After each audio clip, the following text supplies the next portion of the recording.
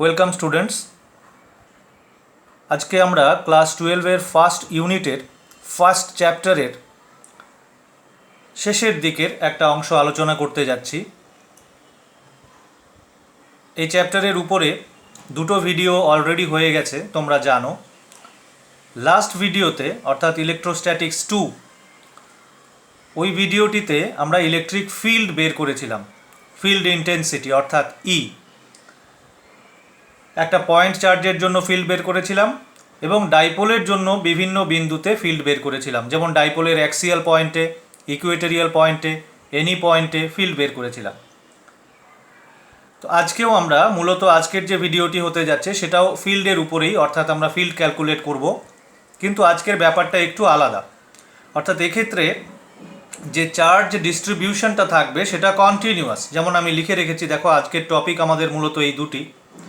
আমরা কী বের করব? Electric field due to continuous charge distribution. এর আগের দিন যেটা করেছিলাম সেটা হচ্ছে চার্জ ডিস্ট্রিবিউশনটা কিন্তু কন্টিনিউয়াস ছিল না, বিচ্ছিন্ন আধান ছিল। যেমন ডাইপোলের ফিল্ড তুমি যদি মনে থাকে, যদি তোমাদের, তো ডাইপোলের মধ্যে যে দুটো আধান থাকে, এই ধরো প্লাস আধান আর এই ধরো মাইনাস আধান, এদের মাঝখানে এটা হচ্ছে ডাইপোল লেন্থ এল। তো এই যে আধান দুটো, এই দুটো কিন্তু বিচ্ছিন্ন আধান, তাই না? কিন্তু আজকে যেটা করব সেটা হচ্ছে একটু অন্যরকম। বিষয়টা কীরকম? Continuous charge distribution. Continuous charge distribution মানে কি সেটা কিন্তু অলরেডি ফার্স্ট ভিডিওতে ডিসকাস করা হয়েছিল। কন্টিনিউয়াস চার্জ ডিস্ট্রিবিউশনের জন্য কুলম্বস ল কী করে অ্যাপ্লাই করতে হয় সেটা আমরা ডিসকাস করেছিলাম। কন্টিনিউয়াস চার্জ ডিস্ট্রিবিউশন কি তোমাদের যদি মনে না থাকে আমি আরেকবার মনে করিয়ে দিচ্ছি। ধরো এটা একটা লাইন, এই লাইনের উপরে চার্জ ডিস্ট্রিবিউটেড আছে, পরিষ্কার? তো এই ধরনের যে ডিস্ট্রিবিউশন, চার্জের যে বন্টন, এটাকে আমরা কন্টিনিউয়াস ডিস্ট্রিবিউশন বলি। এখানে কোনো বিচ্ছিন্ন আধান নেই, কিন্তু পুরো লাইনের উপরে চার্জ বন্টিত আছে। অথবা ধরো এই লাইনটা স্ট্রেট লাইনও হতে পারত, এরকম একটা স্ট্রেট লাইন, ধরো একটা তার, সেই তারের উপরে চার্জ ডিস্ট্রিবিউটেড আছে। অথবা ধরো এই তারটাই আমরা যদি বাঁকিয়ে একটা বৃত্তাকার শেপ দেই এবং এর মধ্যে যদি আধান থাকে এইভাবে, তাহলে এটাও এক ধরনের কন্টিনিউয়াস চার্জ ডিস্ট্রিবিউশন। এটাকে আমরা ইচ্ছা করলে এরকম সেমি সার্কুলার শেপও দিতে পারি। ধরো এটা একটা সেমি সার্কুলার, একটা তারকে বাঁকিয়ে এরকম বানানো হয়েছে সেমি সার্কুলার শেপ, তার মধ্যে আধান আছে, এটাও কন্টিনিউয়াস ডিস্ট্রিবিউশন অফ চার্জ। তো মূলত আজকে আমরা যেটা করব সেটা হচ্ছে এই রকম চার্জ ডিস্ট্রিবিউশনের জন্য এটা, এটা বা এটা, এদের ক্ষেত্রে বিভিন্ন বিন্দুতে ফিল্ড বের করব। যেমন এরকম ধরো একটা স্ট্রেইট কন্ডাক্টর, তার পাশে কোনো বিন্দুতে ফিল্ড কত। এরকম ধরো একটা রিং, তার অক্ষস্থিত কোনো বিন্দুতে, ধরো এটাও অক্ষ, ধরো আমি এইখানটায় অক্ষের উপরে কোনো বিন্দুতে আমি ফিল্ড বের করব, ওকে। অথবা ধরো এটা একটা সেমি সার্কুলার শেপের একটা তার, তার কেন্দ্রে হয়তো আমাদের ফিল্ড বের করতে বলা হলো, ফিল্ড বের করব, ওকে। আচ্ছা, কন্টিনিউয়াস এখানে যতগুলো আমি এঁকেছি ছবি, এগুলো কিন্তু সবই কিন্তু লাইন চার্জ ডিস্ট্রিবিউশন, তোমরা নিশ্চয়ই বুঝতে পারছো। এছাড়া কন্টিনিউয়াস ডিস্ট্রিবিউশন আরও দু রকম হতে পারে, সেটা হচ্ছে সারফেস চার্জ ডিস্ট্রিবিউশন। অর্থাৎ একটা প্লেনের উপরে যদি, ধরো এটা একটা শিট, ধরো এটা একটা মেটাল শিট, এবং এই শিটের পুরো এরিয়াটা জুড়ে চার্জ ডিস্ট্রিবিউটেড আছে, তাহলে এটাকে আমরা সারফেস চার্জ ডিস্ট্রিবিউশন বলি। ধরো এরকম একটা সলিড অবজেক্ট, তার ভেতরে বাইরে সব জায়গায় এইভাবে চার্জ ডিস্ট্রিবিউটেড আছে, তাহলে এটাকে আমরা ভলিউম চার্জ ডিস্ট্রিবিউশন বলি। তো সারফেস চার্জ ডিস্ট্রিবিউশন বা ভলিউম চার্জ ডিস্ট্রিবিউশনের ক্ষেত্রে কোনো পয়েন্টে, ধরো এর বাইরে এইখানটায় বা এর বাইরে এইখানটায় ফিল্ড কত হবে সেটা এই মুহূর্তে বা এই ভিডিওতে আমরা করব না, এগুলো করব পরের ভিডিওতে। মানে এই দুটো, সারফেস চার্জ ডিস্ট্রিবিউশন আর ভলিউম চার্জ ডিস্ট্রিবিউশনের জন্য ফিল্ড কী হবে কোনো বিন্দুতে, এটা মেইনলি আমরা গাউসের উপপাদ্য দিয়ে করব। গাউসের উপপাদ্য আমরা এখনও পড়িনি, নেক্সট ভিডিওতে ডিসকাস হবে। আজকে আমরা যেটুকু জানি, আমরা শুধু কুলম্বস ল জানি। কুলম্বস ল থেকে ইলেকট্রিক ফিল্ড বের করতে জানি। কোনো পয়েন্ট চার্জের জন্য ইলেকট্রিক ফিল্ড আমরা জানি কত হয়। ধরো এখানে যদি একটা পয়েন্ট চার্জ প্লাস কিউ থাকে, তার থেকে আর দূরত্বে এই বিন্দুতে ইলেকট্রিক ফিল্ড আমরা জানি k into q by R square. তো এইটুকু কনসেপ্ট থেকে আমরা এই লাইন চার্জ ডিস্ট্রিবিউশনের জন্য কোনো বিন্দুতে ফিল্ড কত হবে সেইটা বের করব। বোঝা যাচ্ছে? তো কোন কোন ক্ষেত্রে করব অলরেডি আমি বলেই দিয়েছি। একটা এটা করব স্ট্রেইট, আর একটা সার্কুলার করব, আর একটা সেমি সার্কুলার করব। এই তিনটা লাইন চার্জ ডিস্ট্রিবিউশন, তিন ধরনের লাইন চার্জ ডিস্ট্রিবিউশনের জন্য আমরা ইলেকট্রিক ফিল্ডের হিসাব করব। ওকে, আরেকটা টপিক ডিসকাস করব, সেটা হচ্ছে oscillation of dipole in an electric field. এটাও আমি সামান্য হিন্ট তোমাদের দিয়েছিলাম।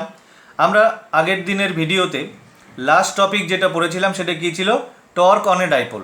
একটা ডাইপোলকে যদি ইলেকট্রিক ফিল্ডের মধ্যে রাখা যায়, তোমাদের মনে থাকবে, ধরো এরকম একটা ইউনিফর্ম ইলেকট্রিক ফিল্ড, ধরো ই প্রাবল্যের, এর মধ্যে যদি একটা ডাইপোল থাকে, এরকম একটা ডাইপোল এঁকেছিলাম আমরা, তাই না? ডাইপোলটার উপরে আমরা জানি যে টর্ক ক্রিয়া করে, সেই টর্কের ফর্মুলাও আমরা জানি, বের করেছিলাম আগের দিনের লাস্ট টপিক আমাদের এটাই ছিল, torque equal to p E sign theta, তাই ছিল। তো এবার এটা আলোচনা করতে গিয়ে আমি বলেছিলাম যে এটাকে যদি আমরা এরকমভাবে ইকুইলিব্রিয়াম পজিশানে রাখি, ইকুইলিব্রিয়াম পজিশানে রাখলে ওর উপরে টর্ক শূন্য হয়। এরপরে ইকুইলিব্রিয়াম পজিশন থেকে যদি সামান্য বিচ্যুত করি, তাহলে কিন্তু ও এরকম একটা অসিলেটরি মোশন এক্সিকিউট করে, এরকম করতে থাকে। তো আমরা ওই মোশনটা আজকে স্টাডি করব। ওকে, তো এই হচ্ছে আজকের টপিক। প্রথমে আমরা লাইন চার্জ ডিস্ট্রিবিউশনের জন্য ইলেকট্রিক ফিল্ড কী করে বের করতে হয়, তিনটা ক্ষেত্র করব, তিনটা ক্ষেত্রে ইলেকট্রিক ফিল্ড হিসাব করব। আর সেকেন্ড টপিক হচ্ছে oscillation of A dipole in an electric field, এটা ডিসকাস করব। ওকে, তো চলো শুরু করি।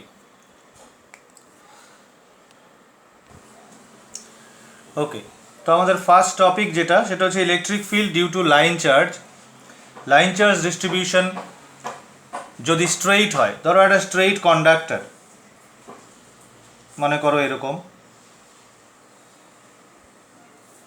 এটা একটা স্ট্রেইট কন্ডাক্টর, মানে একটা তার, ভাবো তার, কন্ডাক্টিং ওয়্যার। তো এর উপরে চার্জ আছে, পজিটিভ চার্জ ধরলাম আমরা, ইউনিফর্মলি ডিস্ট্রিবিউটেড আছে, সুষমভাবে বন্টিত আছে, কোথাও বেশি কোথাও কম এইরকম নয়। ধরো এই তারটার দৈর্ঘ্য হচ্ছে 12 কেন ধরলাম আশা করি অনুমান করতে পারছো, এতে আমাদের একটা সুবিধা হবে, এল ধরলেও ক্ষতি ছিল না, 12 ধরলে একটু বাড়তি সুবিধা পাওয়া যাবে, তাই জন্য। ধরো এইটা হচ্ছে ওর মিড পয়েন্ট, এবং এই লাইনটা, এটা হচ্ছে ওর পারপেন্ডিকুলার বাইসেক্টর। আমরা ধরো এই বিন্দুতে, ধরো এটা পি বিন্দু, এই পি বিন্দুতে আমরা ইলেকট্রিক ফিল্ড বের করতে চাই। ওকে, আমাদের টার্গেট হচ্ছে এই বিন্দুতে ইলেকট্রিক ফিল্ড বের করা। এই বিন্দুটা কোথায়?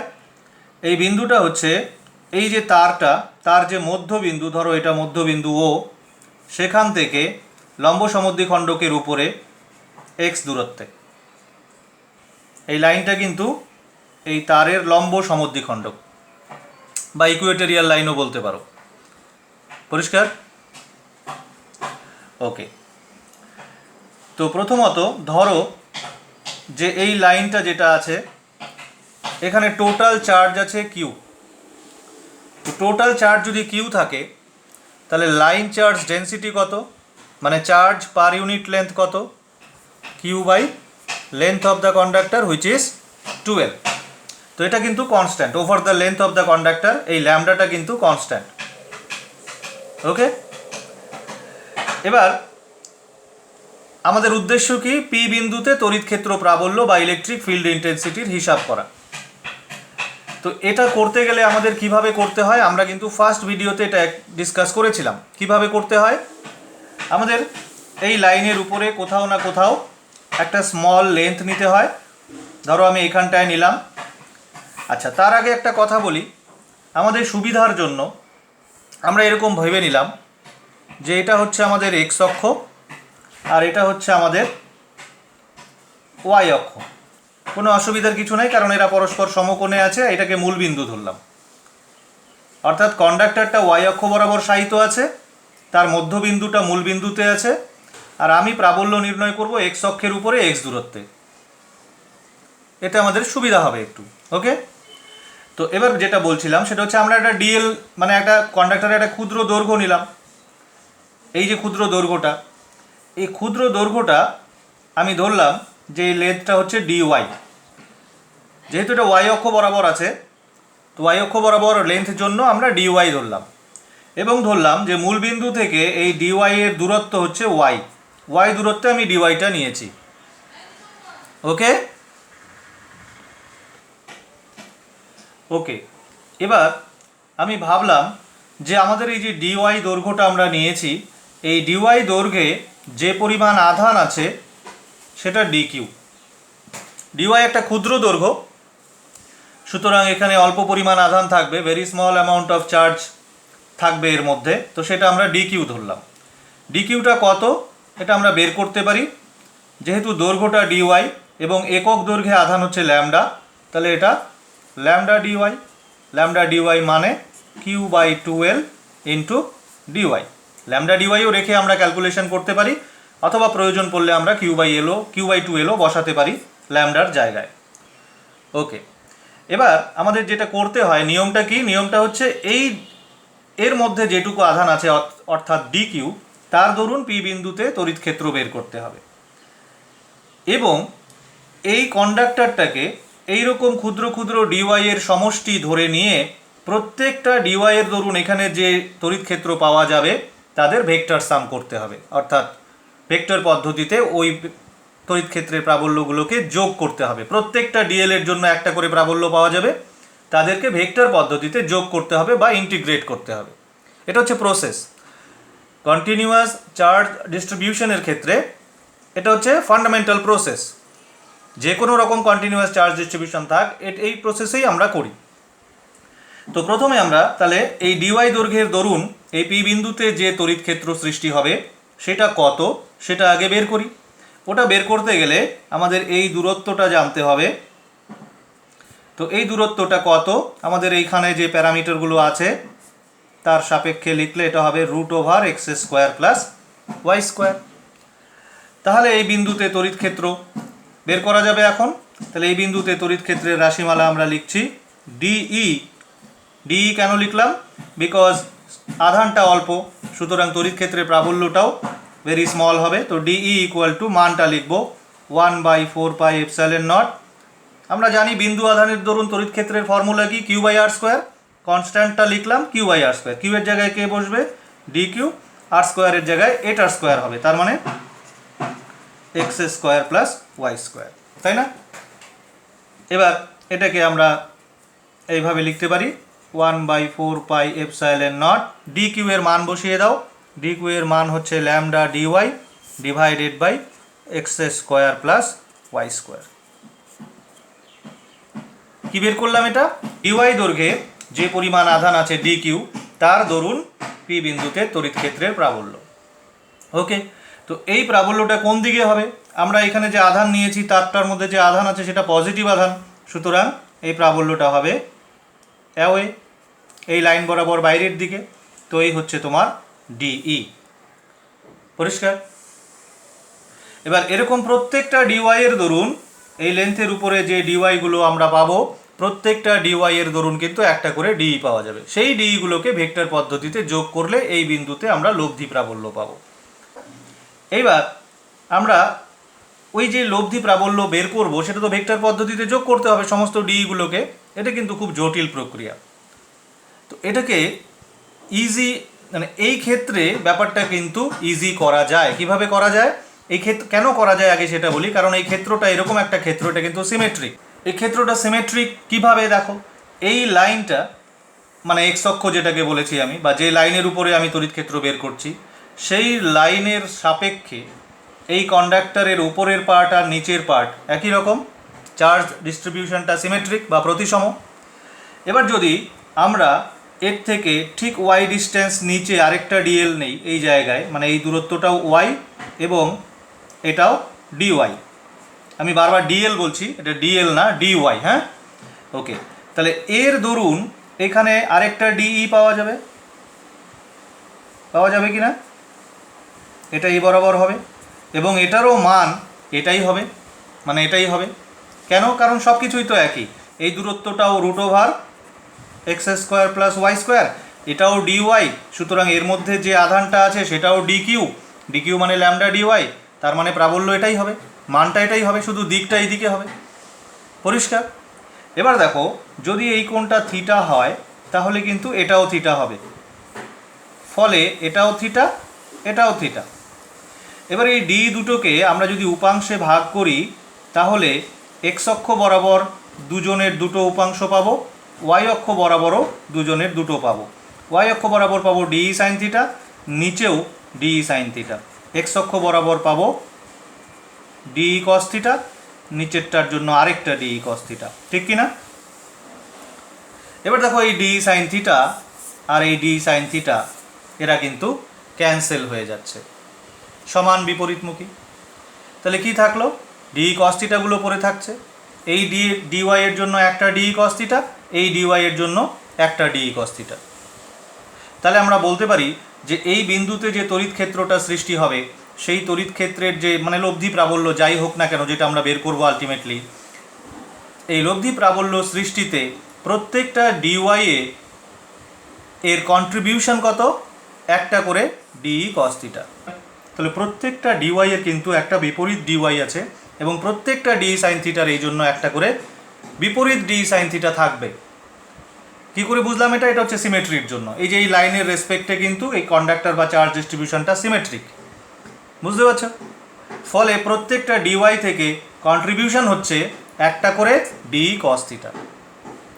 এবং আরেকটা ইন্টারেস্টিং ফ্যাক্ট হচ্ছে যে এই ডিই কস থিটাগুলো সব একই দিকে, ফলে এদেরকে আমরা সরাসরি যোগ করলেই লব্ধি প্রাবল্য পেয়ে যাব। তার মানে ভেক্টর সাম অ্যাকচুয়ালি ভেক্টর সামই, কিন্তু অ্যাকচুয়ালি একই দিকে যদি ভেক্টরগুলো হয় তাহলে ভেক্টর সাম আর স্কেলার সামের মধ্যে তো কোনো পার্থক্য নেই, তোমরা জানো। তার মানে এই ডিই কস থিটাগুলো সরাসরি যোগ করে দিলে বা সরাসরি ইন্টিগ্রেট করে দিলে আমরা কিন্তু পেয়ে যাব এই বিন্দুর লব্ধি প্রাবল্য কত। বোঝা গেল? তাহলে আলটিমেটলি আমাদের কি করতে হবে? আলটিমেটলি পি বিন্দুর প্রাবল্য বের করতে গেলে আমাদের ই বের করতে যাচ্ছি আমরা, কি করব? Integration of d E cos theta. Okay, এবার প্রশ্ন হচ্ছে যে ইন্টিগ্রেশনের লিমিট কত হবে, কোথা থেকে ইন্টিগ্রেশন স্টার্ট হবে, কোথায় শেষ হবে? তো তার উত্তর হচ্ছে কন্ডাক্টরের দুটো এন্ড, এই যে একটা এন্ড এখান থেকে যদি স্টার্ট হয় তাহলে এখানে গিয়ে ফিনিশ হবে। ওকে, তো এই বিন্দুর করেসপন্ডিং ওয়াই কত? মাইনাস এল, আর এই ডিওয়াই এর করেসপন্ডিং ওয়াই এর ভ্যালু হচ্ছে প্লাস এল। তাহলে আমার ইন্টিগ্রেশন স্টার্ট হবে মাইনাস এল থেকে, ফিনিশ হবে প্লাস এল। তাহলে কন্ডাক্টরের হোল লেন্থটা হয়ে গেল, নিয়ে নিলাম আমরা। হোল লেন্থের উপরে আমরা ইন্টিগ্রেট করব, তবেই তো আমরা রেজাল্টেন্ট ফিল্ড পাবো। ঠিক আছে? ওকে, এবার মানগুলো বসাই, মানে ডির যে এক্সপ্রেশন এবং কস থিটার যা ভ্যালু আসে সেটা বসাই। Minus L to plus L 1/4 pi epsilon naught lambda dy divided by x square plus y square, এটুকু হলো ডিই। এবার কস থিটা, কস থিটা ত্রিভুজ থেকে বসিয়ে দাও। ত্রিভুজ থেকে বসালে ভূমি বাই অতিভুজ x by root over x square plus y square, তাই না? তো এটাকে একটু সিম্পলিফাই করেও রাখতে পারো। আচ্ছা, একটা কাজও করতে পারো, যত কনস্ট্যান্ট আছে কনস্ট্যান্টগুলোকে বাইরে নিয়ে নাও। দেখো এক্স কিন্তু কনস্ট্যান্ট, হ্যাঁ, এছাড়া lambda constant, 1/4 pi epsilon not constant, তো এগুলোকে সব বাইরে নিয়ে নাও। তাহলে তুমি বাইরে নিচ্ছ কাকে কাকে? Lambda x divided by 4 pi epsilon naught. তাহলে ইন্টিগ্রেশন হচ্ছে কার? Minus L to plus L, উপরে ডিওয়াই থাকছে আর নিচে x square plus y square whole to the power 3/2। এই জিনিসটার ইন্টিগ্রেশন আমাকে করতে হবে। বোঝা গেল? ওকে, চলো নেক্সট পেজে যাই। ওকে, তো এখানে যে ইন্টিগ্রেশনটা আছে সেই ইন্টিগ্রেশনটাকে আমরা আলাদাভাবে করে নিই। হ্যাঁ, এখানটায় দেখো আমি ইন্টিগ্রেশনটা করে নিচ্ছি। ইন্টিগ্রেশনটা আমাদের ছিল এই জিনিসটা, কনস্ট্যান্টগুলো তো আছেই, ওটা ছাড়া আমি যার ইন্টিগ্রেশন হবে সেই পার্টটা শুধু লিখছি। Integration of dy by x square plus y square whole to the power 3/2, limit হবে মাইনাস এল থেকে প্লাস এল। তো আমরা এই ইন্টিগ্রেশনটাকে আগে করে নিই, রেজাল্টটা কী হয় তারপরে আমরা লিমিট পুট করব, মেইন ইন্টিগ্রেশনে গিয়ে এখানে লিমিটটা পুট করব। এখান থেকে শুধু ইন্টিগ্রেশনটা করে নিচ্ছি। চলো, ওকে, আমাদের যে ছবিটা ছিল সেই ছবিটার দিকে একটু তাকাও, তাহলে এখানে আমরা একটা সাবস্টিটিউশন করতে পারবো। দেখো একটু, ছবিটা এটা ছিল, তো এখানে দেখো y/x মানে কিন্তু ট্যান থিটা, তাই না? এখানে আমি লিখে রাখি y/x মানে কি? Tan theta. তার মানে তুমি লিখতে পারো y = x tan theta according to the diagram. Okay, এটা সাবস্টিটিউট করবো। দেখো এবার তাহলে আমরা কি লিখব? y = x tan theta, therefore dy = x sec square theta d theta। এবার এটা এখানে বসাই, তাহলে কি হবে? ইন্টিগ্রেশনটা dy এর জায়গায় কি বসবে? x sec square theta d theta। নিচে x স্কোয়ার প্লাস y এর জায়গায় x square tan square theta whole to the power 3/2 কি দাঁড়াবে? Integration x sec square theta d theta divided by, দেখো এখানে x স্কোয়ার যদি কমন নিই, আমরা কমন নিয়ে উপরে পাওয়ার 3/2 করলে পরে এটা হয়ে যাবে x³ একদম বাইরে চলে এলো। নিচে ভেতরে কি থাকবে? 1 + tan square theta, 1 + tan square theta মানে sec square theta, sec square theta 3/2 করলে sec³ theta। তাহলে আলটিমেটলি কি আসলো? x 1/x², এটা বাইরে লিখে দিই কারণ এটা constant, 1/sec theta d theta মানে cos theta d theta। cos থিটার ইন্টিগ্রেশন কি? cos থিটার ইন্টিগ্রেশন হচ্ছে sin থিটা। এবার এই sin থিটার মান বসিয়ে দাও। আমরা কি ধরে, আমাদের sin থিটা কি আছে দেখো, ওই ত্রিভুজটা দেখলেই বুঝতে পারবে। আবার ওই ত্রিভুজটাতে ফিরে যাও, এই তো আমাদের ত্রিভুজটা। তাহলে sin থিটা কি হবে? y/√x² + y²। তো চলো বসিয়ে দাও, তাহলে y/√x² + y²। তাহলে আমাদের ইন্টিগ্রেশনটা কিন্তু হয়ে গেল। যে পার্টটা ইন্টিগ্রেশন আমাদের করা কথা ছিল সেটা আমরা করে ফেলেছি। তার রেজাল্ট কি আসলো? 1/x² × y/√x² + y²। এবার মূল জায়গাতে ফিরে যাই। মূল জায়গাটা কি ছিল আমাদের? আমাদের ইন্টিগ্রেশনটা ছিল এটা, এই দেখো আমাদের যে লাস্ট লাইনটা ছিল, লাস্ট লাইনটা আমাদের এটা ছিল, এই যে, তাই না? তার মধ্যে এই ইন্টিগ্রেশনটা আমি করে ফেলেছি, রেজাল্ট হয়ে গেছে। এখন শুধু লিমিট বসানোর পালা। এখানে আমি লিমিট বসাইনি, এবার লিমিট বসাবো। তাহলে চলো লিখি, কি ছিল আমাদের? e = lambda × x divided by 4πε0 integration, আচ্ছা আরেকবার লিখেই নেই এখানে, হ্যাঁ, -l to l dy by x² + y² whole to the power 3/2 এটা ছিল। তো এটার ইন্টিগ্রেশন হয়ে গেছে, এই যে = λx বাই 4πε0। এবার ইন্টিগ্রেশনের রেজাল্টটা সরাসরি পুট করে দিচ্ছি, 1/x² × y/√x² + y²। এটার লিমিট বসবে -l to +l। আশা করি বুঝতে পেরেছ। ওকে, তাহলে 1/x² তো কনস্ট্যান্ট, এটাকে বাইরে নিয়ে এসে এটার সাথে কেটেও দিতে পারো, নো প্রবলেম। তাহলে উপরে থাকছে ল্যামডা, নিচে থাকছে 4πε0x। এবার লিমিট বসানোর পালা। এটা হবে l/√x² + y² প্লাস l/√, আচ্ছা y এর জায়গায় কি বসবে? y এর জায়গায় l বসবে, এটাও তাই, x² + l²। আশা করি বুঝতে পেরেছো, কারণ এটা অ্যাকচুয়ালি হবে হচ্ছে y এর জায়গায় প্রথমে +l বসবে, তো l/x² + l², এই যে y এর জায়গায় l বসলো, মাইনাস দিয়ে y এর জায়গায় এবার -l বসবে, তাহলে মাইনাস মাইনাসে প্লাস হয়ে গেল l x² + l²। তার মানে এটা দাঁড়ালো 1/4πε0 into 2 lambda L divided by x into root over x square plus L square. এই হচ্ছে আমাদের রেজাল্ট আসলো। ওকে, এবার তুমি যদি চাও তাহলে পরে ল্যামডাকে সাবস্টিটিউট করতে পারো টোটাল চার্জ দিয়ে। In that case the expression will be 1/4πε0 2 into lambda কী ছিল, Q/2L ছিল, তাহলে কিউটা উপরে হলো, এল রইল, এখানে Q/2L ছিল, এই যে 2L বসলো, x into root over x square plus L square. তাহলে এই এল ক্যান্সেল হয়ে গেল, 2 ক্যান্সেল হয়ে গেল, তাহলে 1/4πε0 into Q/x into root over x square plus L square. এই হচ্ছে আমাদের ইলেকট্রিক ফিল্ড ইন্টেন্সিটি, যেটা আমাদের বের করার উদ্দেশ্য ছিল, আমরা পেয়ে গেলাম।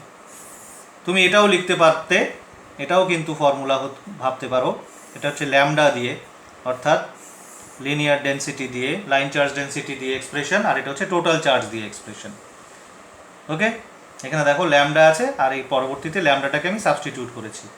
যদি টোটাল চার্জ না থাকে তোমার কাছে তাহলে ল্যামডা দিয়েই লিখতে হবে, আর যদি টোটাল চার্জ থাকে তাহলে তো কথাই নেই, তাহলে টোটাল চার্জ দিয়ে লিখে দিতে পারি আমরা। তো এই দুটোই কিন্তু এক্সপ্রেশন। এবার এটা যেটা আমরা এই থিওরিটা যে করলাম, এটাকে তুমি একটা প্রবলেমও ভাবতে পারো, এটাকে একটা থিওরিও ভাবতে পারো। হ্যাঁ, এটা কিন্তু অনেক প্রবলেম সলভ করতেও হেল্প করবে। ওকে, এটা ইটসেলফ ইজ এ প্রবলেম। এছাড়া এটাকে তুমি একটা থিওরির মতো করে এই ফর্মুলা মনেও রাখতে পারো। যদি তো এই ডেটাগুলো দেওয়া থাকে, এক্সের ভ্যালু, ল্যামডার ভ্যালু, এল এর ভ্যালু, তাহলে তুমি সরাসরি এর ভেতরে ফর্মুলাতে পুট করে দিলে পরে তুমি কিন্তু রেজাল্ট পেয়ে যাবে। ওকে ওকে, এবার এখানেই শেষ নয়, এই যে ফর্মুলাটা আমরা পেলাম, এই ফর্মুলাটা নিয়ে একটু ডিসকাস করার ব্যাপার আছে। চলো, ওকে, আমরা যে ফর্মুলাটা পেয়েছি টোটাল চার্জের রেসপেক্টে, সেই ফর্মুলাটা এটা ছিল। এবার স্পেশাল কেস দুই একটা একটু ডিসকাস করি। Case number 1, if x is very very greater than L। এর বাস্তব অর্থ কি? বাস্তব অর্থ হচ্ছে যে এই যে কন্ডাক্টরটা তোমার, এখান থেকে যেখানে তুমি ফিল্ড বের করছো, এই লাইনের উপরে তো ফিল্ড বের করছো, তো এই পয়েন্টটা অনেক দূরে, অনেক দূরে। X is very very greater than L, বা 2Lও বলতে পারো। কন্ডাক্টরের লেন্থ যা, সেই লেন্থের তুলনায় কন্ডাক্টরের যে 2L লেন্থ, তার তুলনায় অনেক বড়। ওকে, তো ইন দ্যাট কেস ফিল্ডটা, অর্থাৎ এই যে ফর্মুলাটা, এই ফর্মুলাটা অ্যাকচুয়ালি একটু রিডিউসড হয়ে যাবে। তো দেখা যায় কি দাঁড়ায়, E ইকুয়াল টু Q/4πε0x। যেহেতু এল এর তুলনায় এক্স অনেক বড়, সুতরাং এটাকে তুমি এই এল স্কোয়ারটাকে কিন্তু নেগলেক্ট করতে পারো। এল স্কোয়ারকে নেগলেক্ট করলে রুট এক্স স্কোয়ার মানে এক্স, তার মানে এক্স স্কোয়ার। তো দেখো এই যে ফর্মুলাটা, এই ফর্মুলাটা কি দাঁড়ালো, এটা আমাদের অতি পরিচিত ফর্মুলা। এটা হচ্ছে বিন্দু আধানের দরুন তড়িৎ ক্ষেত্রের ফর্মুলা, তাই না? একটা বিন্দু আধান কিউ, তার থেকে এক্স দূরত্বে তড়িৎ ক্ষেত্রের ফর্মুলা তো এটাই, মানে প্রাবল্যের ফর্মুলা। তার মানে যদি বিন্দুটা অনেক দূরে হয় কন্ডাক্টর থেকে, তাহলে এই লাইন চার্জ ডিস্ট্রিবিউশনটা আমরা কি ধরতে পারি, এটাকে একটা বিন্দু আধান ধরতে পারি। এবং এটাই স্বাভাবিক, এটাই ন্যাচারাল। যত দূরে যাবে এই বিষয়টা, তখন তোমার এই এর যে ডিস্ট্রিবিউশনটা, এটা কিন্তু ইম্যাটেরিয়াল হয়ে যাবে। যা চার্জই এর মধ্যে থাক, যেভাবে খুশি ডিস্ট্রিবিউটেড থাক, আমরা এটাকে কিন্তু একটা বিন্দু আধান বলে ট্রিট করতে পারি। রেজাল্ট তাই বলছে। Okay okay, case number 2, if L is very very greater than X। একদম এক্স্যাক্টলি উল্টো কেস। মনে করো যে কন্ডাক্টরটা অনেক লম্বা, মনে করো অসীম অবধি বিস্তৃত, এই দিকেও এই দিকেও। তাহলে কন্ডাক্টরটা যদি অনেক লম্বা হয় এল এর তুলনায় বা 2L এর তুলনায়, এক্সকে আমরা নেগলেক্ট করতে পারবো। এবার দেখা যাক তাহলে ফর্মুলাটা কি দাঁড়ায়। ওকে ওকে, তো দেখা যাক এই শর্তটা যদি আমরা এখানে পুট করি, কি রেজাল্ট পাওয়া যায়। E ইকুয়াল টু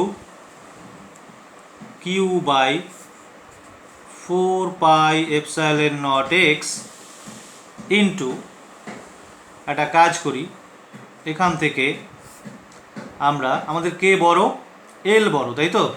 তাহলে রুটের ভেতরে এল স্কোয়ার কমন নিয়ে নিই, তাহলে 1 plus x square by L square হবে। এটাকে আমরা এরকম লিখি Q by 4πε0 x into L, তাই না, into 1 by root over 1 plus x square by L square. এবার দেখো x square by L square কিন্তু খুবই ক্ষুদ্র একটা সংখ্যা হবে, কারণ x is very very less than L. So এই কোয়ান্টিটিটাকে আমরা নেগলেক্ট করে দিতে পারি। So the result becomes 1 by 4πε0 into q by x L. এটাকে আমরা একটু অন্যভাবেও লিখতে পারি, 1 by 4πε0 into q by 2l into 2 into 1 by x. পারি লিখতে? এই দেখো এইভাবে লিখলাম, 2 দিয়ে উপরে নিচে জাস্ট মাল্টিপ্লাই করলাম, আর কিচ্ছু না। তার কারণটা হচ্ছে 1 বাই 4π কিউ বাই 2l মানে আমাদের ল্যামডা, আর নিচে এক্স, তাহলে উপরে হচ্ছে 2 ল্যামডা, নিচে হচ্ছে এক্স। নিচে আরেকবার লিখে দিই 1 by 4πε0 into 2 lambda by x. খুব ইম্পর্টেন্ট একটা রেজাল্ট। এটা আমরা পরের ভিডিওতে আবার ডিরাইভ করব, যে এরকম অনেক লম্বা যদি চার্জ ডিস্ট্রিবিউশন, মানে তারটা যদি অনেক লম্বা হয়, অসীম দৈর্ঘ্যের হয়, তাহলে পরে কিন্তু তার পার্শ্ববর্তী কোনো বিন্দুতে, অর্থাৎ এক্স দূরত্বে কোনো বিন্দুতে তড়িৎ ক্ষেত্রের প্রাবল্য হয় 2 lambda by x, where lambda is the line charge density. Okay, তো এখান থেকে একটা জিনিস পরিষ্কার, সেটা হচ্ছে E varies as 1 by x. আমরা এটা যে বললাম পরের ভিডিওতে আবার করব, এটা করব হচ্ছে অন্যভাবে। এটা যেমন আমরা কুলম্বস ল এর কনসেপ্ট থেকে করলাম, ওটা করব গাউসের থিওরেম দিয়ে। বুঝতে পারলে? ওটা আরও ইজিলি হবে। যাই হোক, তো এখান থেকে যেটা বুঝতে পারছি সেটা কি দেখো, E varies as 1 by x. খুব ইম্পর্টেন্ট অবজারভেশন এটা একটা। জেনারেলি আমরা জানি যে E varies as 1 by x square হয় বা 1 বাই আর স্কোয়ার হয় পয়েন্ট চার্জের জন্য, যেমন এই যে এখানে হয়েছিল, তাই না? কিন্তু এই ক্ষেত্রে, অর্থাৎ যদি চার্জ ডিস্ট্রিবিউশনটা অনেক লম্বা হয়, তাহলে কিন্তু এটা এক্সের সাথে ইনভার্সলি প্রপোর্শনাল, এক্স স্কোয়ারের সাথে না। পরিষ্কার? আরেকটা জিনিস তোমাদের মনে আছে কিনা আমি এই প্রসঙ্গে একটু মনে করিয়ে দিতে চাই, সেটা হচ্ছে ডাইপোলের ফিল্ড আমরা বের করেছিলাম অ্যাক্সিয়াল পয়েন্টে এবং ইকুয়েটোরিয়াল পয়েন্টে। তো ডাইপোলের ফিল্ডের সাথে ডিস্টেন্সের রিলেশন কী ছিল? E varies as 1 by r cube. মনে আছে তোমাদের? তো এগুলো কিন্তু খুব ইম্পর্টেন্ট অবজারভেশন, এগুলো কিন্তু মনে রাখতে হবে। পয়েন্ট চার্জের জন্য যদি ফিল্ড হয়, তাহলে E varies as 1 by x square বা 1 বাই আর স্কোয়ার। ডাইপোলের জন্য হয় যদি, তাহলে পরে E varies as 1 by r cube বা 1 বাই এক্স কিউব। আর যদি এরকম লাইন চার্জ ডিস্ট্রিবিউশনের জন্য হয় which is infinitely long, in that case E varies as 1 by x. তাহলে বলো তো এটার গ্রাফ কীরকম হবে? ই আর এক্সের যদি গ্রাফ আঁকি, এখানেই কোথাও এঁকে দিই, দেখো ছোট্ট জিনিস, এমন কিছু ব্যাপার নয়। এক্স ই, তোমরা সবাই জানো এই গ্রাফ কেমন হয়, কেমন হয়? এইরকম হয়, পিভি গ্রাফের মতো। ওকে, আয়তাকার সমপরাবৃত্ত। ওকে, তো এই ছিল আমাদের ফার্স্ট টপিক, যেটা সেটা হচ্ছে field due to line charge distribution and the line is straight. এবার আমরা নেক্সট টপিকে যাব। এখানে এটাও লাইন চার্জ ডিস্ট্রিবিউশন, কিন্তু এটা সার্কুলার। পরিষ্কার? তো চলো। ওকে, তো আমরা চলে আসছি আমাদের সেকেন্ড টপিকে। এবার আমরা যেটা বের করব নাম্বার 2, সেটা হচ্ছে ইলেকট্রিক ফিল্ড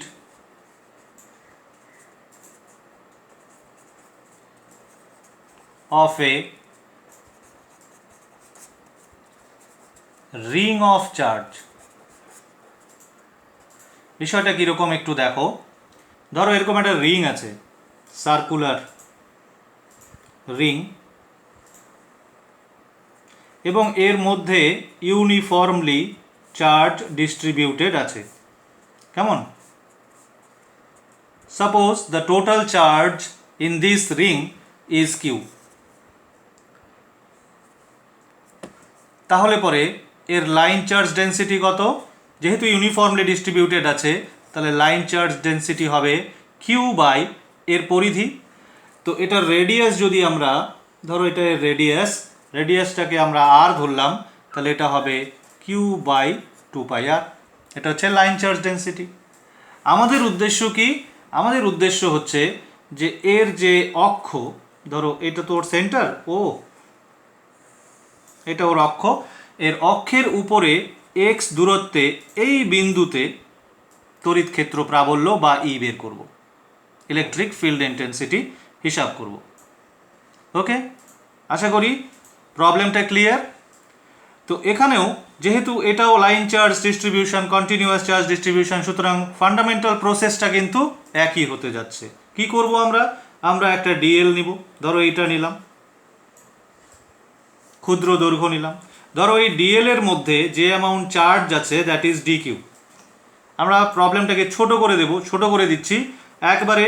ওই ডিএল এর মধ্যে কতটুকু চার্জ আছে বের আর করবো না, আগে যেমন বের করতাম ল্যামডা ডিএল লিখতাম, তারপরে ইন্টিগ্রেট করতাম, আমরা ডিকিউ এর উপর ইন্টিগ্রেট করে দেবো এটাকে, কোনো প্রবলেম নেই তাতে। ওকে, তো ধরলাম এই লেন্থে এখানে ডিকিউ চার্জ আছে।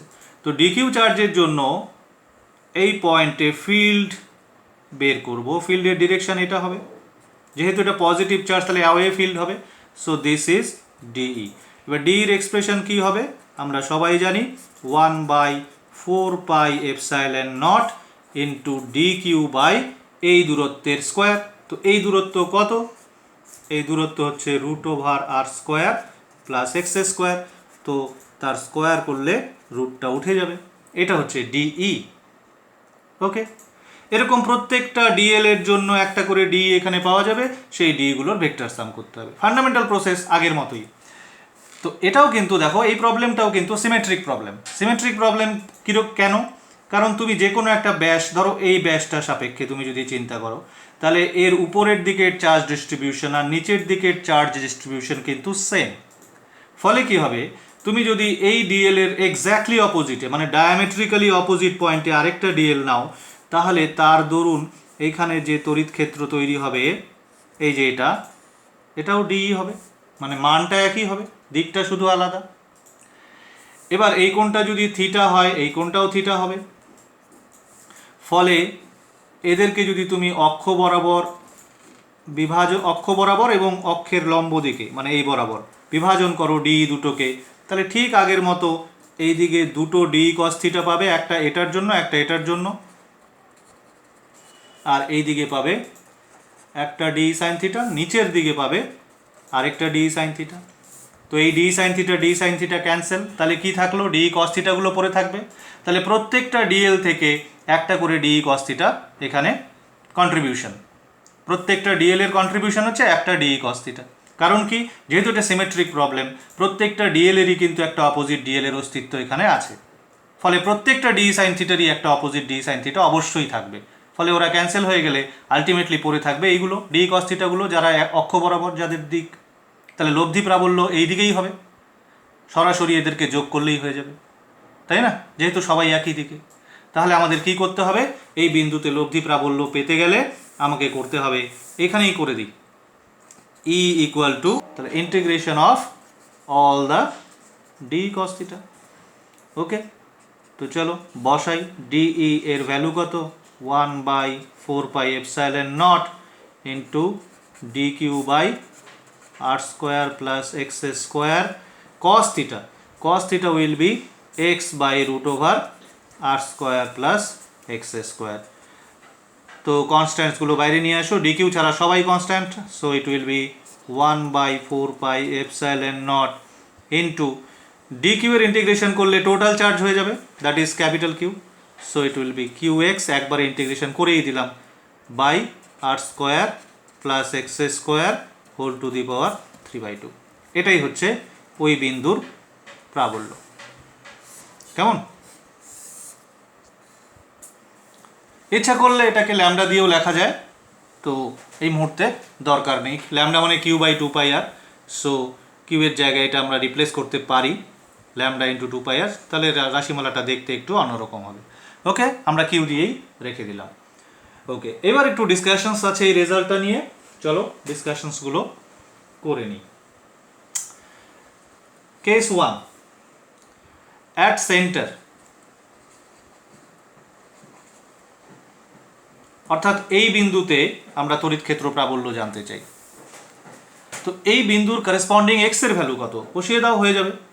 দেখো সেন্টারটা তো এই অক্ষের উপরেই, সুতরাং এই ফর্মুলা থেকে অবশ্যই পাওয়া যাবে। শুধু এই বিন্দুর করেসপন্ডিং এক্স এর ভ্যালুটা পুট করতে হবে। তো এই বিন্দুটা যদি সেন্টারে আসে, এটাকে সেন্টারে নিয়ে আসো, তাহলে এক্স কত, 0, therefore E at centre will be 0, কারণ উপরে এক্স আছে দেখো, তো 0 বসালে 0 হয়ে যাবে। তো ই সেন্টারে 0 হয় কেন, তার ফিজিক্যাল এক্সপ্লেনেশনও তুমি দিতে পারো। তার কারণ কি, দেখো প্রত্যেকটা ডিএল এর জন্য যে ডিগুলো হবে না, এই ডিগুলো প্রত্যেকটা ডির একটা অপোজিট ডি পাওয়া যাবে। যেমন এটার জন্য এখানে যে প্রাবল্য হবে সেটা হবে এই দিকে, আর এটার জন্য যে প্রাবল্য হবে সেটা হবে এই দিকে, তাহলে এই দুটো ক্যান্সেল। সিমিলারলি এখানে যদি একটা ডিএল নাও, তার একটা অপোজিট ডিএল এখানে কোথাও আছে, তো এদের যে প্রাবল্যের অভিমুখ দুটো, একটা এইদিকে হবে একটা এইদিকে হবে, বোঝা যাচ্ছে? তো প্রত্যেকটা, যেহেতু এটা সিমেট্রিক ব্যাস সাপেক্ষে, সুতরাং প্রত্যেকটা ডিএল এর একটা অপোজিট ডিএল আছে, প্রত্যেকটা ডিরও একটা অপোজিট ডি থাকবে অ্যাট দ্য সেন্টার অবশ্যই, ঠিক আছে? কিন্তু অক্ষের উপরে অন্য কোনো বিন্দুতে ডির অপোজিট ডি পাওয়া যাবে না, কিন্তু ডি সাইন থিটার অপোজিট ডি সাইন থিটা পাওয়া যাবে। ফলে লব্ধি হবে কস থিটাগুলোর যোগফল, ডি কস থিটাগুলোর যোগফল, যেটা আমরা করেছি। কিন্তু সেন্টারে কিন্তু প্রত্যেকটা ডিরই একটা অপোজিট ডি থাকবে, ফলে সবগুলো ডি ক্যান্সেল হয়ে যাবে জোড়ায় জোড়ায়। Okay, so the resultant field at the centre will be 0। Number two হচ্ছে if x is very very greater then r, ধরো অনেক দূরে তুমি বের করতে চাও, তাহলে এটা এই ফর্মুলাটার একটা অ্যাপ্রক্সিমেট ফর্ম নিশ্চয়ই পাওয়া যাবে। ই ইকুয়াল টু, এই কন্ডিশনটা যখনই আমরা পুট করবো, 1/4πε0 into q x divided by, তো এক্সটা তো অনেক বড়, তার তুলনায় আর স্কোয়ার ছোট, তো আরটাকে কিন্তু এক্স স্কোয়ারের রেসপেক্টে আর স্কোয়ারটাকে তুমি নেগলেক্ট করে দিতে পারো। তো নেগলেক্ট করে দিলে পরে তোমার থাকবে হচ্ছে এক্স কিউব, তাই না? তাহলে আলটিমেটলি থাকবে 1/4πε0 into q by x square. আবার ওই একই রেজাল্ট, একটু আগে যেটা আমরা ডিসকাস করলাম, যে বিন্দুটা যদি অনেক দূরে হয় তাহলে পরে চার্জ ডিস্ট্রিবিউশন যেমনই হোক না কেন সেটাকে আমরা বিন্দু আধান ধরতে পারি। আমরা মনে করতে পারি সমস্ত কিউ আধান, এই কিউ আধানটা বিন্দু আকারে এই কেন্দ্রে জমা আছে, ফলে বিন্দু আধানের দরুন এক্স দূরত্বে প্রাবল্যের যা ফর্মুলা সেটাই আসলো। ওকে, নাম্বার 3 যেটা, সেটা হচ্ছে যে আমরা বের করতে চাই কন্ডিশন ফর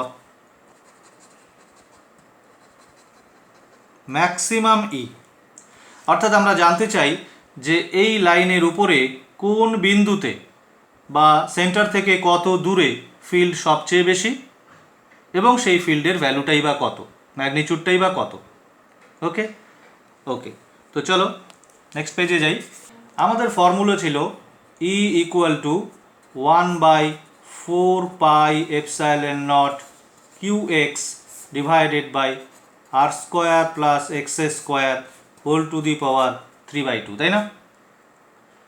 তো এবার আমরা যদি কন্ডিশন ফর ম্যাক্সিমাম ফিল্ড জানতে চাই, তাহলে আমাদের কি করতে হবে? তোমরা জানো এই সব ক্ষেত্রে কি করতে হয়, ডিই ডিএক্স করো। আমাদের এক্সটা হচ্ছে ভ্যারিয়েবল কোয়ান্টিটি, আমরা কত দূরে সেটা জানতে চাই। সো এক্সের রেসপেক্টে এটাকে ডেরিভেটিভ করছি, d d x of this whole thing 1/4πε0 into q x divided by R square plus x square whole to the power 3/2।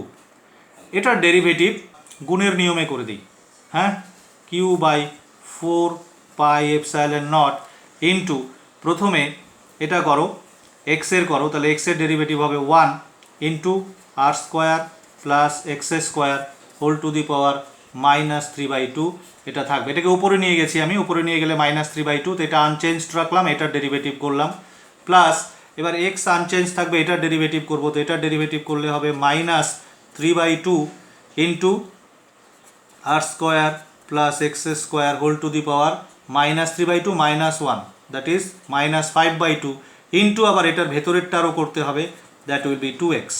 ওকে, তো এই জায়গাটা আমরা সেকেন্ড ব্র্যাকেট দিলাম।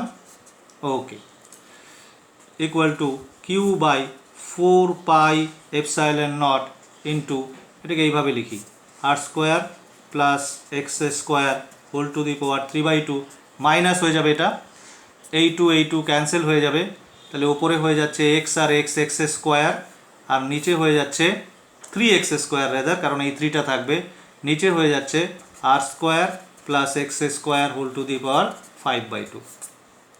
ওকে, ই এখন কন্ডিশন বের করব, তাহলে ই উইল বি, আমরা জানি যে কোনো ফাংশন যে পয়েন্টে ম্যাক্সিমাম হয় সেই পয়েন্টে তার ফার্স্ট অর্ডার ডেরিভেটিভ কি হয়, 0 হয়, তাহলে এটা 0 করে দাও। দেয়ারফর উই মে রাইট, আচ্ছা এটাকে 0 করলে এটা তো গেল কনস্ট্যান্ট, এটাকে দুই পাশে নিয়ে গেলে কি দাঁড়াবে দেখো, এটাকে তুমি লিখতে পারো 3x square by R square plus x square whole to the power 5/2 is equal to 1 by R square plus x square whole to the power 3/2। তো এটা দিয়ে এটাকে ক্যান্সেল করে দিলে এখানে থাকবে 3x square by R square plus x square equal to 1।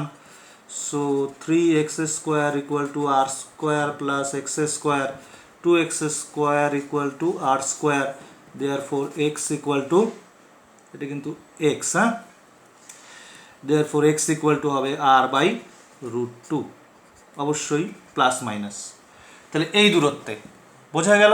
তার মানে এই যে তোমার রিংটা ছিল, এই ছিল তোমার রিং, এই ছিল তোমার আর, এই ছিল অক্ষ, তার মানে এই সব জায়গায় হয় x equal to R by √2, একটা এই পাশে আরেকটা এই পাশে, এটা হচ্ছে x equal to plus R by √2, এই পয়েন্টটা হচ্ছে x equal to minus R by √2, এই দুটো পয়েন্টে কিন্তু ফিল্ড সর্বোচ্চ। ওকে, এবং সেই সর্বোচ্চ ফিল্ডের ভ্যালু কত সেটা এখানে বের করছি, ই ম্যাক্স ইজ ইকুয়াল টু কত হবে, এই কন্ডিশনটা পুট করে দাও ই এর ফর্মুলাতে। তো ই এর ফর্মুলায় যদি এটা পুট করো কি দাঁড়াবে, 1/4 pi epsilon naught q into r by √2 divided by এটা r square plus r square by 2, তার মানে 3r square by 2, 3r square by 2 তার হোল টু দি পাওয়ার 3/2। এটাকে সিম্পলিফিকেশন করতে হবে, সিম্পলিফিকেশন করলে পরে তোমার দাঁড়াবে হচ্ছে, এখানটায় করছি, হ্যাঁ, equal to 1/4 pi epsilon naught into, আচ্ছা আর স্কোয়ার টু দি পাওয়ার 3/2 মানে আর কিউব, আর কিউবকে আর দিয়ে কাটলে আর স্কোয়ার, তাহলে কিউ বাই আর স্কোয়ার তো হচ্ছেই। ওকে, আচ্ছা 3 একটা নিচে 3 টু দি পাওয়ার 3/2 থাকছে, আর উপরে চলে যাচ্ছে 2 টু দি পাওয়ার, তাহলে উপরে চলে যাচ্ছে তোমার হচ্ছে 2 টু দি পাওয়ার 3/2 মানে 2√2। ওকে, এটা এই যে 2 টু দি পাওয়ার 3/2 মানে 2√2 উপরে গেল, আর 3 টু দি পাওয়ার থাকছে তোমার 3/2, সঙ্গে থাকছে একটা √2, এই যে এই √2টা নিচে আসলো, তাহলে আলটিমেট ফর্মুলা দাঁড়ালো 1/4 pi epsilon naught into 2q divided by 3 to the power 3/2 into R square. Okay, so this is the magnitude of the maximum field। কেমন দেখো, একটু হিজিবিজি হয়েছে, তো তোমরা একটু বুঝে নিও, আশা করি দেখা যাচ্ছে ঠিকঠাক। ওকে, এটার পরে এই লাইন, এই লাইন। ওকে ওকে ওকে, তো এটা মোটামুটি কমপ্লিট। আচ্ছা, এর সাথে আরও একটা বিষয় একটু অ্যাড করে দিই, সেটা এইখানে একটা ছোট্ট জায়গা আছে, এখানেই আমি দেখিয়ে দিচ্ছি। তোমাকে যদি গ্রাফ আঁকতে বলে between the distance from centre x, এই যে এটা হচ্ছে তোমার x equal to 0 and electric field ই, তার মানে এটা হচ্ছে এক্স এর পজিটিভ দিক যাচ্ছ, এটা হচ্ছে এক্স এর নেগেটিভ দিক, তাহলে ইলেকট্রিক ফিল্ড কিভাবে চেঞ্জ হয়। এই যে রিংটা, যে রিংয়ের ফিল্ড আমরা বের করলাম, ডিফারেন্ট পয়েন্টে বের করে দেখলাম যে দূরে কত হয়, সেন্টারে কত হয়, ম্যাক্সিমাম কোথায় হয়, ম্যাক্সিমাম ফিল্ডের ম্যাগনিটিউড কত, কিভাবে ভ্যারিয়েশন হয়, সব কিছু আমাদের জানা হয়ে গেছে। তো এখন আমরা দেখতে চাই যে এই ভ্যারিয়েশনটা গ্রাফিক্যালি দেখতে কীরকম, অ্যাট দ্য সেন্টার ফিল্ড কত? অ্যাট দ্য সেন্টার হচ্ছে 0, তাই না? তাহলে পরে তোমার এখান থেকে স্টার্ট হবে, এখানে ফিল্ড কত? আস্তে আস্তে বাড়বে বাড়বে বাড়বে এরকম হয়ে তারপরে এরকম করে কমতে থাকবে। এই পয়েন্টটা হচ্ছে x equal to r/2, r/√2। এই পয়েন্টে ম্যাক্সিমাম ফিল্ড, এই যে ম্যাক্সিমাম ফিল্ড, তারপরে কমছে। ওকে, এই যে জিরো ফিল্ড, সেন্টারে হচ্ছে zero field, at x equal to r/√2 maximum field, this is the maximum field EM, যেটা একটু আগে আমরা মান বের করলাম, এই যে মানটা এখনও দেখা যাচ্ছে, তারপরে র্যাপিডলি কমতে থাকবে। ওকে ওকে, তো এই টপিকটা শেষ, অর্থাৎ field due to a ring of charge এর যাবতীয় ডিসকাশন আমাদের কিন্তু হয়ে গেল। Next topic, semi circular charge distribution. Okay, আমরা চলে যাচ্ছি এবার আমাদের প্রবলেম নাম্বার 3। প্রবলেম বলো বা থিওরি বলো, যেভাবে খুশি ভাবতে পারো। এবার যেটা করব সেটা হচ্ছে ইলেকট্রিক ফিল্ড বের করব E at the center of a uniformly charged semicircular arc। বিষয়টা কীরকম দেখো, বিষয়টা হচ্ছে এইরকম, এখানটায় একই, ধরো এইটা একটা সেমি সার্কুলার মানে অর্ধবৃত্তাকার আর্ক, যার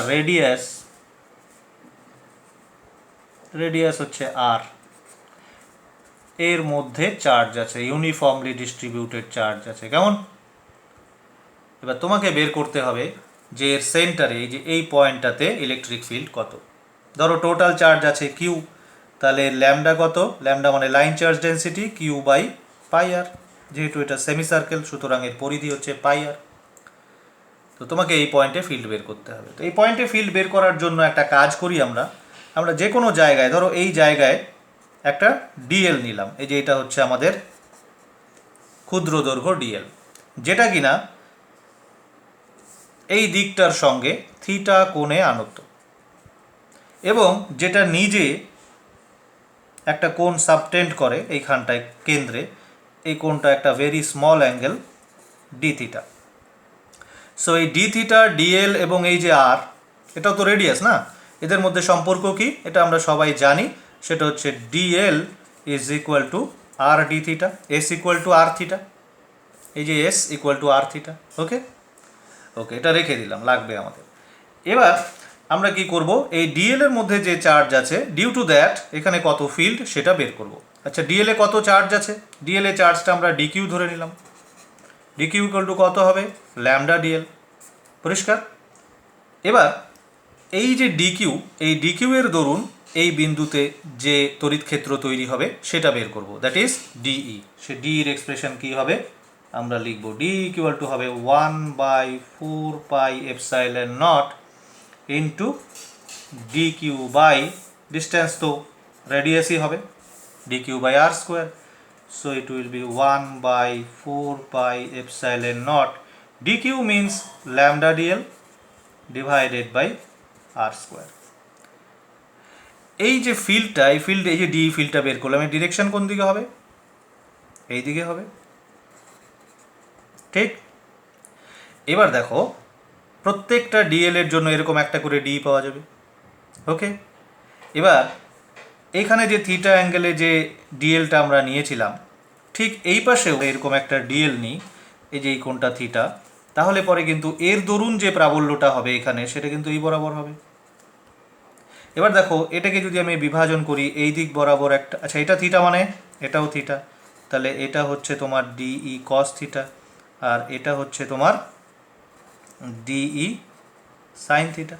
সিমিলারলি এটারও কিন্তু দুটো উপাংশ আছে, যে একটা ডিই, এই ডির এই দিক বরাবর উপাংশ হবে ডিই কস থিটা, আর এই বরাবর আরেকটা ডিই সাইন থিটা। আশা করি বোঝা যাচ্ছে ব্যাপারটা, একটু হিজিবিজি হয়েছে, বুঝে নেবে। আবার বলে দিচ্ছি, এটা ফার্স্ট ডিএল নিয়েছিলাম আমি, এর মধ্যে যে ডিকিউ অ্যামাউন্ট চার্জ আছে, এই যে ডিকিউ, এই ডিকিউ এর দরুন এই বিন্দুতে যেটা তড়িৎ ক্ষেত্র প্রাবল্য সেটা এইটা ডিই, এটাকে আমরা দুটো উপাংশে বিভাজন করেছি, এই যে D sign theta, D cos theta. আবার এই দিকেও একটা ডিএল নিয়েছি। এই ডিএলটার অবস্থান কোথায়? এটা যেমন এই দিকের সাথে থিটা কোণে আনত ছিল, এটা এই দিকের সাথে থিটা কোণে আনত, একই রকম পজিশনে। ওকে, এটাও ডি থিটা কোণ সাবটেন্ড করে এখানে। তাহলে এর দরুন একটা ডি পাওয়া যাবে, সেটা এই বরাবর হবে অ্যাওয়ে। একেও আবার আমরা বিভাজন করেছি, দেখো এই কোণটাও থিটা, তাহলে এই কোণটাও থিটা, তাই না? তো এই কোণটা যদি থিটা হয় তাহলে এই দিকের উপাংশটা ডি কস থিটা, আর এই দিক বরাবর আরেকটা উপাংশ আছে ডিই সাইন থিটা। এবার এই ডি কস থিটা আর এই ডি কস থিটা ক্যান্সেল হয়ে যাবে, তাহলে থাকবে কে? দুটো ডি সাইন থিটা, দুটো ডিএল থেকে দুটো ডি সাইন থিটা, তার মানে একটা ডিএল থেকে একটা ডি সাইন থিটা। তার মানে প্রত্যেকটা ডিএল এর কন্ট্রিবিউশন কত? একটা করে ডি সাইন থিটা। তার কারণ এই লাইনের রেসপেক্টে কিন্তু এই পুরো চার্জ ডিস্ট্রিবিউশনটা কিন্তু সিমেট্রিক, এই সাইড আর এই সাইড কিন্তু একই রকম, আইডেন্টিক্যাল। ফলে এই পাশের একটা ডিএল এর একটা অপোজিট ডিএল এই পাশে অবশ্যই পাওয়া যাবে। তাহলে প্রত্যেকটা ডিই কস থিটার একটা করে অপোজিট ডি কস থিটা অবশ্যই পাওয়া যাবে। সুতরাং ডি কস থিটাগুলো কেউ থাকবে না, তাহলে প্রত্যেকটা ডিএল থেকে কন্ট্রিবিউশন হবে শুধু একটা করে ডি সাইন থিটা। সুতরাং ডি সাইন থিটাগুলো যেহেতু একই দিকে, সুতরাং এদেরকে যদি আমি অ্যাড করে দিই, সরাসরি অ্যাড করে দিই, তাহলেই আমরা পেয়ে যাব, বা ইন্টিগ্রেট করে দিই। অ্যাড করা মানেই ইন্টিগ্রেট করা, তো ইন্টিগ্রেট করে দিলে কিন্তু আমরা এই বিন্দুতে লব্ধি প্রাবল্য পেয়ে যাব। তাহলে লব্ধি প্রাবল্য ই ইকুয়াল টু কত হবে? তাহলে integration of all the D sine theta. ইন্টিগ্রেশনের লিমিট কী হবে? তুমি এখান থেকে স্টার্ট করো, এখানে ফিনিশ করো, তাহলে থিটার ভ্যালু জিরো থেকে স্টার্ট হয়ে কত দূর অবধি যাবে? পাই অবধি। তাহলে 0 to পাই বসিয়ে দাও। এবার ডি কত ছিল আমাদের? 1/4 pi epsilon naught into lambda dl by R square into sine theta, তাই না? এবার দেখো ডিএল আমরা এখানে বের করে রেখেছি কোনো একটা জায়গায়, এই যে দেখতে পাচ্ছ এখানে হারিয়ে গেছিলো, এখানে আবার লিখে রাখি dl equal to R d theta. তাহলে কনস্ট্যান্টসগুলো বাইরে নিয়ে নাও, তাহলে হয়ে যাবে 1/4 pi epsilon naught lambda by R square into 0 to pi dl এর জায়গায় R d theta sine theta. আরও কনস্ট্যান্ট, এই আর ক্যান্সেল করা যায় একটা, তাহলে 1/4 pi epsilon naught into lambda by R sine theta d থিটার ইন্টিগ্রেশন হচ্ছে মাইনাস কস থিটা, তার লিমিট 0 to পাই। হয়ে গেল, বসিয়ে দাও, তাহলে পরে তোমার হয়ে যাবে 1/4 pi epsilon naught into lambda by r into minus cos pi মানে +1 মাইনাস কস 0, তাহলে প্লাস আরেকটা 1, তাই না? মাইনাস আছে, মাইনাস কস পাই মানে -1, তাহলে এটা +1 হয়ে গেল। আবার এখানে মাঝখানে মাইনাস হবে, মাইনাস দিয়ে মাইনাস কস 0, ফলে এটাও প্লাস হয়ে যাবে 1। So it will be 1/4 pi epsilon naught 1/4 pi epsilon naught into 2 lambda by r. বোঝা গেল? ল্যামডাকে তুমি যদি চাও এরকম লিখতে পারো কিউ বাই পাই আর, তাহলে এটা হয়ে যাবে 2q by pi r square, ওটাও লিখে দিই, equal to 1/4 pi epsilon naught into 2q। Lambda মানে কি? কিউ বাই পাই আর, তো 2 ল্যামডার জায়গায় q by pi r put করলে নিচে পাই আর এর সাথে মাল্টিপ্লাই হয়ে যাবে, so q by pi r square. Okay, আশা করি বুঝতে পেরেছো। ওকে, এবার যে টপিকটা ডিসকাশন করব সেটা তোমাদের বইতে একটা প্রবলেম আকারে আছে। তো টপিকটা কি? টপিকটা হচ্ছে একটা ইউনিফর্ম ইলেকট্রিক ফিল্ড। সাপোজ এই হচ্ছে একটা electric field. Uniform electric field কীভাবে আঁকতে হয় তোমরা জানো।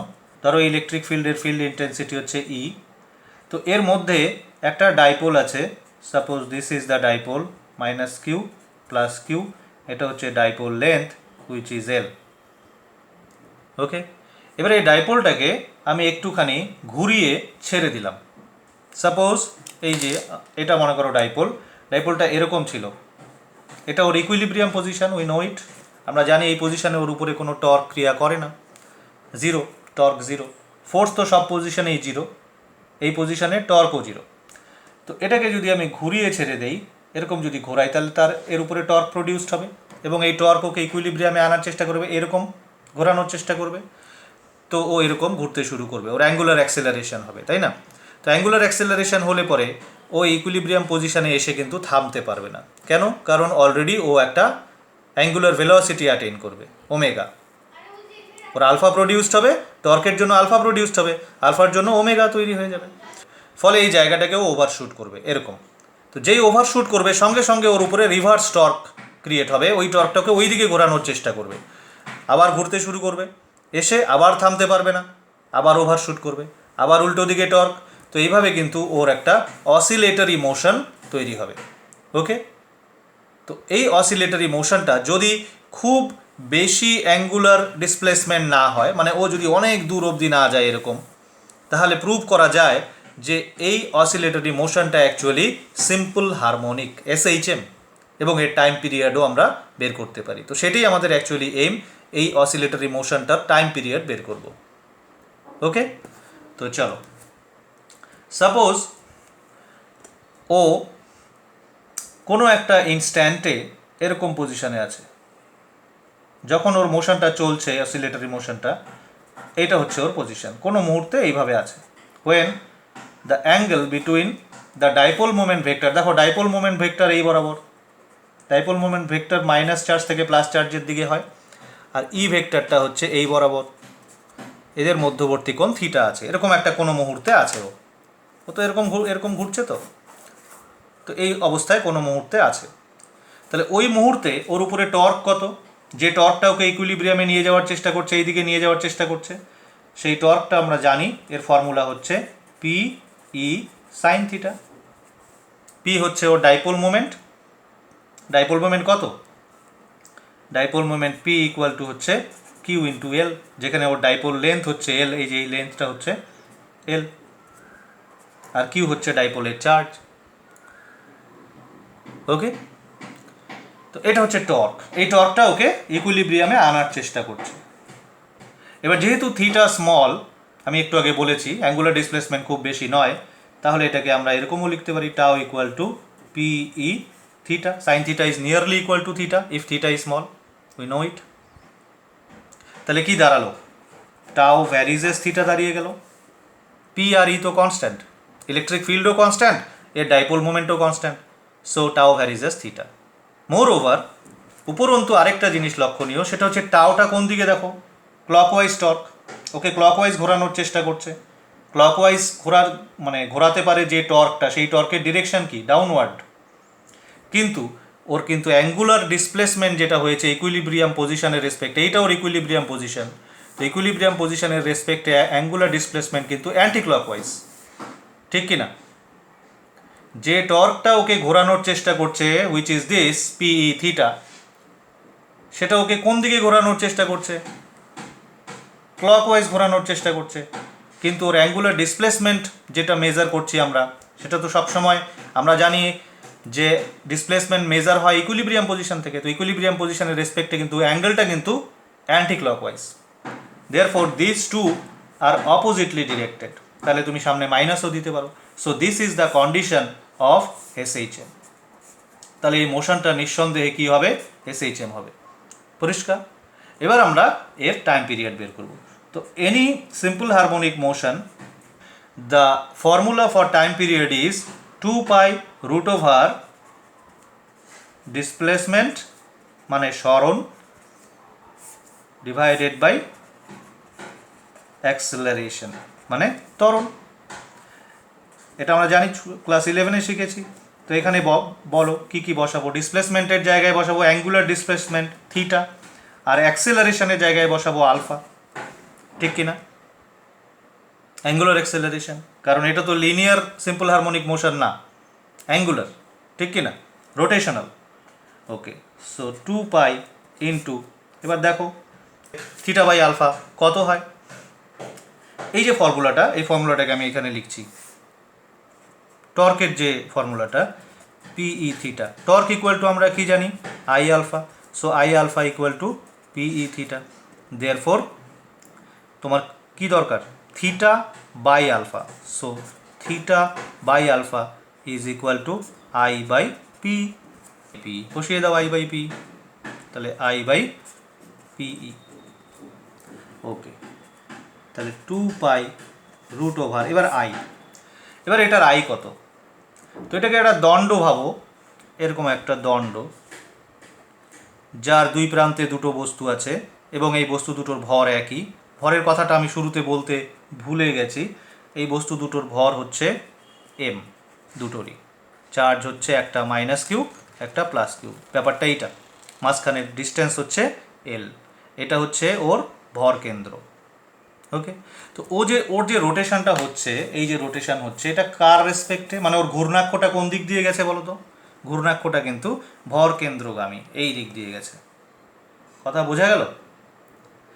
তো এর রেসপেক্টে, এই অক্ষের সাপেক্ষে এই সংস্থাটার জড়তা ভ্রামক তোমাকে বের করতে হবে। আই মানে জড়তা ভ্রামক, মোমেন্ট অফ ইনার্শিয়া। তো সেটা কত হবে? জড়তা ভ্রামকের ফর্মুলা কি? জড়তা ভ্রামকের ফর্মুলা হচ্ছে, এখানে লিখি, সামেশন এম আর স্কোয়ার, তাই না? m1 r1 square plus m2 r2 square plus m3 r3 square. তো এখানে দুটো এম আছে, তো এটার ক্ষেত্রেও এম আর স্কোয়ার, এটার ক্ষেত্রেও এম আর স্কোয়ার। আর কত? এই যে ঘূর্ণাক্ষ, ঘূর্ণাক্ষ থেকে ভরটির দূরত্ব l/2, তাহলে এটার ক্ষেত্রেও ml square by 2, ml square by 4, এটার ক্ষেত্রেও ml স্কোয়ার বাই 4। তাহলে এই সংস্থাটির জড়তা ভ্রামক হচ্ছে actually m into l/2 whole square, that means ml square by 4 plus ml square by 4, that is ml square by 2। তাহলে এটা বসিয়ে দেওয়া এর জায়গায় ml square by 2 into PE, তাই না? তো পি কে আবার কি লেখা যায়? পি কে লেখা যায় কিউএল ইন্টু পি। এবার একটু সিম্পলিফাই করে লিখে দিই, তাহলে এটা হয়ে যাবে, একটা এল ক্যান্সেল হয়ে যাচ্ছে, তাহলে উপরে হচ্ছে এমএল, নিচে হচ্ছে 2QE। This is the formula for the time period of the dipole. বুঝতে পেরেছো থিওরিটা বা প্রবলেমটা? যাই বলো এটাকে, থিওরি বলো বা প্রবলেম বলো, বিষয়টা কিচ্ছু না। বিষয়টা হচ্ছে একটা ডাইপোল, সেটা একটা ইউনিফর্ম ফিল্ডের মধ্যে রাখা ছিল, ইকুইলিব্রিয়াম পজিশনে ছিল। ইকুইলিব্রিয়াম পজিশন হচ্ছে ওর এটা, আরেকটা ইকুইলিব্রিয়াম পজিশনও ওর আছে, এটা আনস্টেবল, এটা এরকম। আচ্ছা, ওটা নিয়ে পরে ডিসকাস করবো। তো এটা ওর ইকুইলিব্রিয়াম পজিশনে ছিল, স্টেবল ইকুইলিব্রিয়ামে। এবার এটার থেকে আমি সামান্য বিচ্যুত করলাম, এমন করে ঘুরিয়ে ছেড়ে দিলাম, তাহলে কি হয়? ওর উপরে টর্ক প্রডিউস হয় এবং ওকে ইকুইলিব্রিয়ামে আনার চেষ্টা করে, কিন্তু ইকুইলিব্রিয়ামে এসেও থামতে পারে না। তার কারণ কি? গতি জড়তা। ও অলরেডি একটা বেগ অর্জন করে ফেলে, কৌণিক বেগ, যার জন্য ওভারশুট করে। ওভারশুট করলে রিভার্স টর্ক ক্রিয়েট হয়, তখন আবার ওকে সাম্যাবস্থানে আনার চেষ্টা করে, আবার থামতে পারে না। তো এইভাবে ও কী করে? অসিলেট করতে থাকে। তো এই অসিলেশনের অ্যাম্পলিটিউড, অ্যাঙ্গুলার অ্যাম্পলিটিউড যদি খুব বেশি না হয়, মানে থিটাটা যদি খুব বেশি না হয়, then we can show that tau varies as minus theta, which is the condition for SHM। তার মানে এটা সিম্পল হারমোনিক মোশনে অসিলেট করবে। সেই সিম্পল হারমোনিক মোশনের পর্যায়কাল, যে কোনো সিম্পল হারমোনিক মোশনের পর্যায়কাল হচ্ছে 2 পাই রুট ওভার সরণ বাই ত্বরণ। তো এই ক্ষেত্রে সরণ বসবে অ্যাঙ্গুলার সরণ, অ্যাঙ্গুলার ডিসপ্লেসমেন্ট থিটা, এবং ত্বরণও angular, angular acceleration alpha. Theta by alpha কোথা থেকে বের করব? আমরা জানি টাওয়ের ফর্মুলা তো এখানে আমাদের লেখাই ছিল, টাও, এটা ছিল আমাদের টাও ইকুয়াল টু পি থিটা। তো টাওয়ের আরেকটা ফর্মুলা যেটা হয় সেটা কি? সেটা হচ্ছে I alpha. So I alpha equal to P theta, এখান থেকে আমরা থিটা বাই আলফা বের করে পুট করে দিলাম। এবার এই যে আইটা কি? আইটা হচ্ছে জড়তা ভ্রামক। কার জড়তা ভ্রামক? এই সংস্থাটির। এই সংস্থাটি কি দিয়ে তৈরি? দুটি ভর দিয়ে তৈরি। সেই দুটি ভর একটা দণ্ডের দুই প্রান্তে আটকানো, যে দণ্ডের দৈর্ঘ্য এল, এবং এই দণ্ডটা যে রোটেট করছে, ওর যে ঘূর্ণাক্ষ, সেটা দণ্ডের ভার কেন্দ্রগামী। এটা হচ্ছে ঘূর্ণাক্ষ, এই দিক দিয়ে গেছে।